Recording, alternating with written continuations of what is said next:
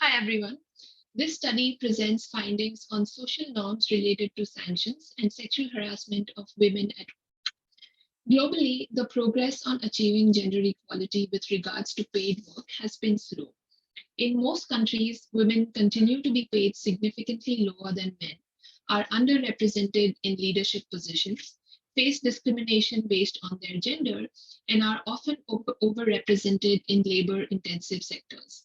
While most efforts to improve women's economic participation have focused on skill building or financial inclusion, there is limited understanding of the role played by social sanctions against women's paid work in women's ability to join the workforce.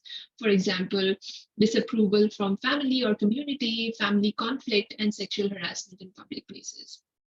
In this study, we present descriptive findings from the World Values Survey of 2020. World Value Survey is a population-based survey on social attitudes and norms conducted across over 120 countries. And for their 2020 survey, they collaborated with the Emerge project from the Center on Gender Equity and Health at UC San Diego to collect data on a few lesser understood constructs related to social sanctions against women's paid work. These measures were deployed in surveys across Ethiopia, Kenya, and Zimbabwe. A nationally representative sample was surveyed in each of these countries. So we have the first national level estimates for these new measures of social sanctions and sexual harassment. We find that across all three countries, the sanctions were largely comparable by sex across national settings. We found higher prevalence of social sanctions against women's work in Zimbabwe compared to Kenya and Ethiopia. Around 54% of the sample in Zimbabwe reported that women who engage in paid work outside their homes are very likely to be considered immoral, while 34% in Kenya reported the same. With regards to sexual harassment, around 24% in Zimbabwe, 14% in Kenya, and 5% in Ethiopia reported that women at their workplace experience sexual harassment either daily or frequently.